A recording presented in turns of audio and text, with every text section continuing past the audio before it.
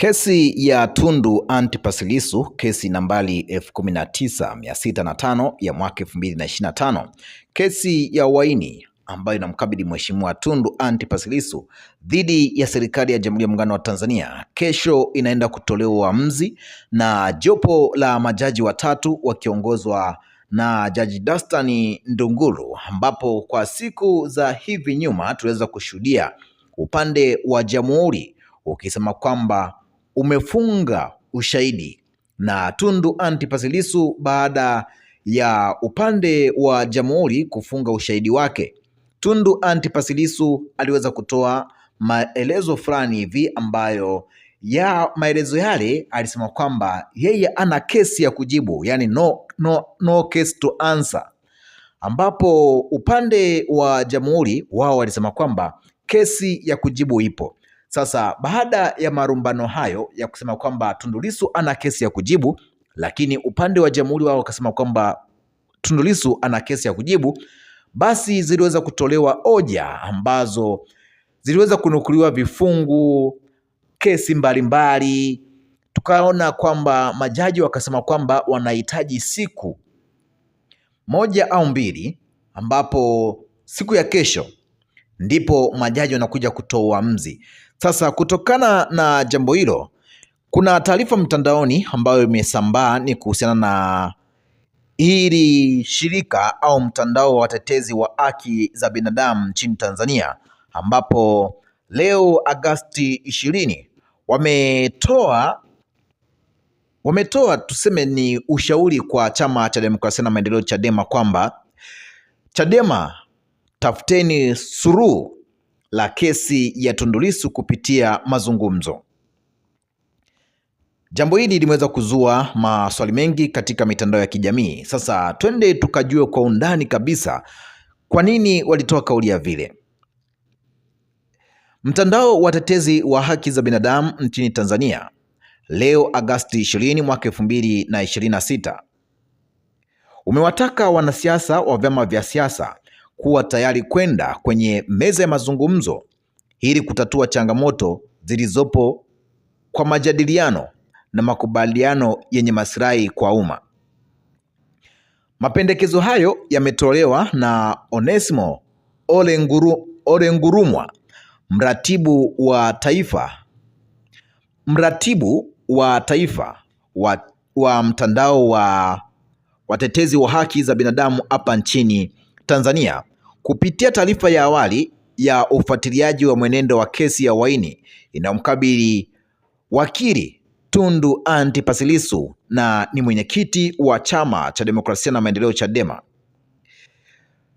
Mtandao huu wa watetezi wa haki za binadamu pia umeishauri Chadema pamoja na viongozi wake kutafuta suluhu la kudumu la changamoto zao kwa sasa, ikiwemo shauri la Tundu Antipas Lissu kupitia mazungumzo yenye maslahi mapana na kwa umma. Mapendekezo hayo yalitolewa baada ya mtandao huo wa watetezi wa haki za binadamu nchini Tanzania kukamilisha hatua ya awali ya ufuatiliaji wa mwenendo wa kesi hiyo uliofanyika kuanzia Aprili 9 mwaka 2025 hadi Agosti 19 mwaka 2026. Mbali na kuitaka Chadema na wanasiasa kuweza kutafuta suluhu kupitia mazungumzo, mtandao wa utetezi wa haki za binadamu hapa nchini Tanzania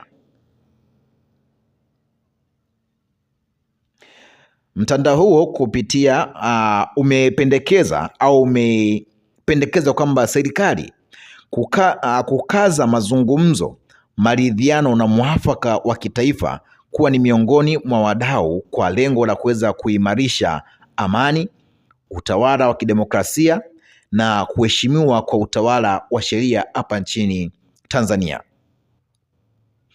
Kwa serikali, mtandao huo wa watetezi wa haki za binadamu imependekeza kuwa matumizi ya mfumo halali iliyopo, ikiwepo mamlaka ya mkurugenzi wa mashtaka DPP inapofaa kwa mujibu wa sheria, ili kuweza kuondoa kesi dhidi ya Tundu Antipas Lissu na kuwezesha suluhisho linalozingatia maslahi ya haki, umoja wa kitaifa na mashinikizo ya kijamii.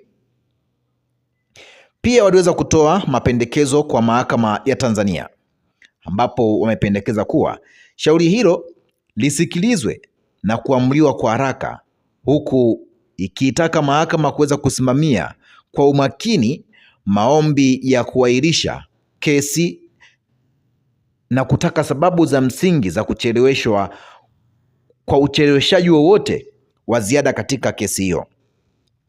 Pia imeitaka mahakama kuweza kulinda ushiriki halisi wa umma na vyombo vya habari katika mashauri na kuhakikisha mawasiliano ya siri kati ya washtakiwa na mawakili wao, kuendelea kulinda uhuru wa mahakama na kuhakikisha kila kizuizi kinachowekwa wakati wa mashauri hiyo kinakuwa kwa mujibu wa sheria na kinakidhi mahitaji halisi ya sheria za hapa nchini Tanzania. Lakini pia hawakuishia hapo, walienda mpaka katika ofisi ya DPP. Mtandao huo pia umependekeza kwamba kutathmini mara kwa mara utoshelevu na ukubalifu wa ushahidi unaotegemewa kuweza kuendesha mashtaka kutoka katika ofisi ya DPP. Kuhakikisha pia maamuzi ya kuweza kuendesha mashtaka yanaongezwa na maslahi ya haki na umma, kuweza kupunguza kuahirishwa kwa kesi kusiko kwa lazima. Lakini pia mtandao huo pia ulienda mpaka katika jeshi la magereza nchini Tanzania, ambapo imependekeza kwamba hali ya kizuizini ingezingatia viwango vya kitaifa na kimataifa vinavyotumika kwa mahabusu, ikiwemo kuwezesha mashauriano ya siri kati ya mahabusu na mawakili wao, ambapo mtandao huo pia umeweza kutoa ushauri kwa jeshi la magereza kwamba fursa ya kuwaona wanafamilia, kupata nyaraka za kisheria na taarifa, pamoja na kuheshimu uhuru wa dini na kuweza kuhakikisha upatikanaji wa huduma muhimu za ustawi wa jamii zinapatikana kwa watu ambao wako mahabusu. Lakini pia mtandao huo umeitaka serikali kuweza kuhakikisha waangalizi huru, waandishi wa habari na wafuatiliaji wa haki za binadamu wanaweza kutekeleza majukumu yao bila kuingiliwa isivyo lazima, huku ikipendekeza kwamba uchunguzi wa haraka na usio wa upendeleo kuhusu tuhuma za kushambuliwa, kuteswa na kutishwa na au kutendewa vibaya zinazohusiana na mwenendo wa kesi, basi unatakiwa uweze kufanyiwa uchunguzi. Lakini pia hawakuishia hapo. Mtandao huo wa watetezi wa haki za binadamu nchini Tanzania umeenda mpaka bungeni, ambapo imependekeza kwamba kupitia marekebisho ya kifungu cha 151 kwenye mabano 5 cha sheria ya mwenendo wa makosa ya jinai, ili kuweza kuruhusu mahakama kuweza kufanya uamuzi wa dhamana kwa kuzingatia mazingira mahususi ya kila siku. Yaani kwamba hapa huu mtandao wa watetezi wa haki za binadamu hapa nchini Tanzania umeishauri bunge kwamba ukaangalie kifungu hiki, kifungu cha 151 kwenye mabano 5 cha sheria ya mwenendo wa makosa ya jinai, ili kiweze kuruhusu mahakama kuweza kufanya uamuzi wa dhamana kwa kuzingatia mazingira mahususi ya kila kesi.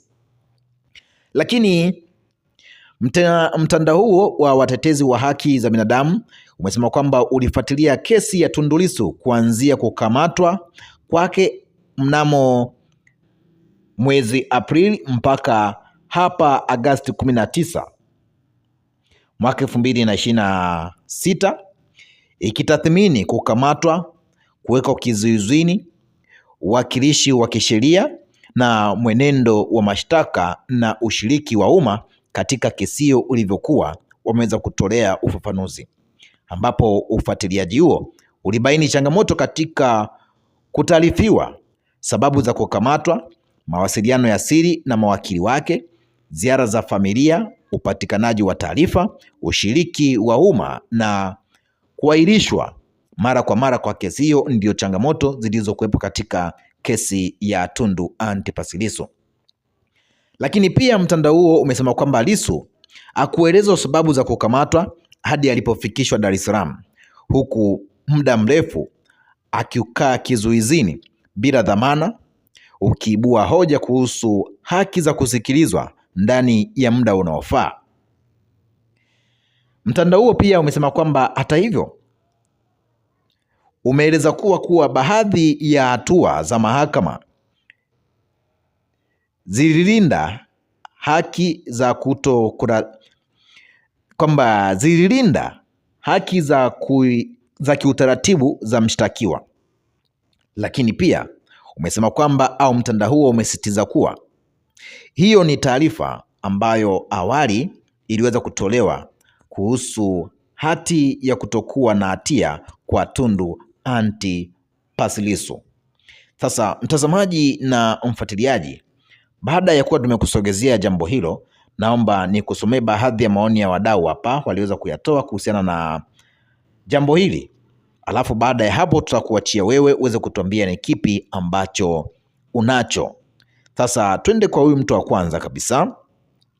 Huyu ni mzee, anasema kwamba waende kwenye mazungumzo, wakati Wasira anasema kwamba serikali haiwezi kuomba msamaha kwa kuua watu. Hayo yatakuwa ni mazungumzo au maelekezo ya CCM? Na ni kweli tumeweza kusikia kwa kile ambacho ameweza kukisema makamu mwenyekiti wa Chama cha Mapinduzi Stephen Wasira kwamba serikali au CCM haiwezi ikaomba msamaha kwa sababu CCM yenyewe ilienda kutuliza fujo ambazo zilianzishwa na watu. Sasa akauliza kwamba hapo ni nani anatakiwa kuomba msamaha, kwamba mtu aliyeanzisha fujo na mtu alienda kutuliza fujo, ni nani anabidi aombe msamaha? Hilo ni swali ambalo Wasira aliweza kulisema kwamba wao hawezi kuomba msamaha au serikali haiwezi kuomba msamaha. Akatolea sababu hizo kwamba kama watu walianzisha vurugu alafu vyombo vya ulinzi na usalama chini ya chama tawala cha CCM, chini ya serikali ambayo ipo katika chini ya Chama cha Mapinduzi, kwa nini wakaombe msamaha na wakati wao walienda kutuliza fujo? Hilo ni jambo ambalo limeendelea kuzua minong'ono katika mitandao ya kijamii.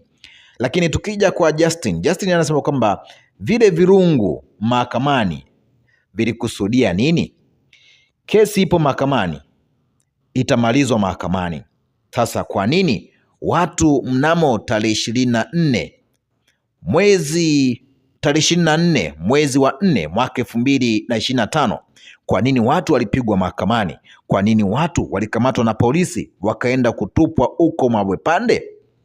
Huyo ni Justin anauliza kwamba kesi kama iko mahakamani, virungu, mbwa kuunganisha watu, mbwa kukamata watu na kwenda kuwatesa, kwa nini hayo mambo yalikuwepo? Maoni ya watu ni mengi na muda ni mchache. Tunakuachia wewe uweze kutuambia kwamba ni kipi ambacho unacho. Tukutane wakati mwingine na wasaa mwingine kuendelea kujuzana taarifa mbalimbali kuhusiana na jambo hili.